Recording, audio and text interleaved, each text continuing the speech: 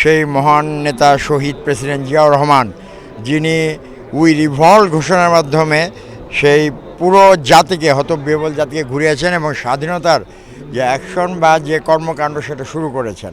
পরবর্তীতে আবার তিনি ঘোষণা দিয়েছেন বেতারে।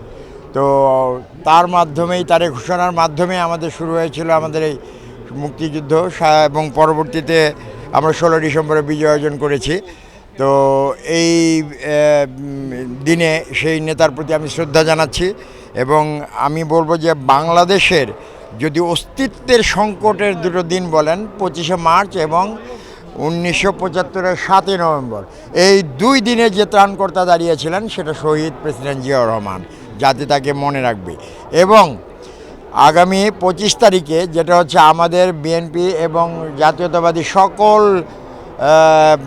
যারা সমর্থন করেন বা যারা জাতীয়তাবাদী দলের সমর্থক এবং এ দেশের সমস্ত মানুষের জন্য একটা আনন্দের দিন। 17 বছরের দীর্ঘ চক্রান্ত,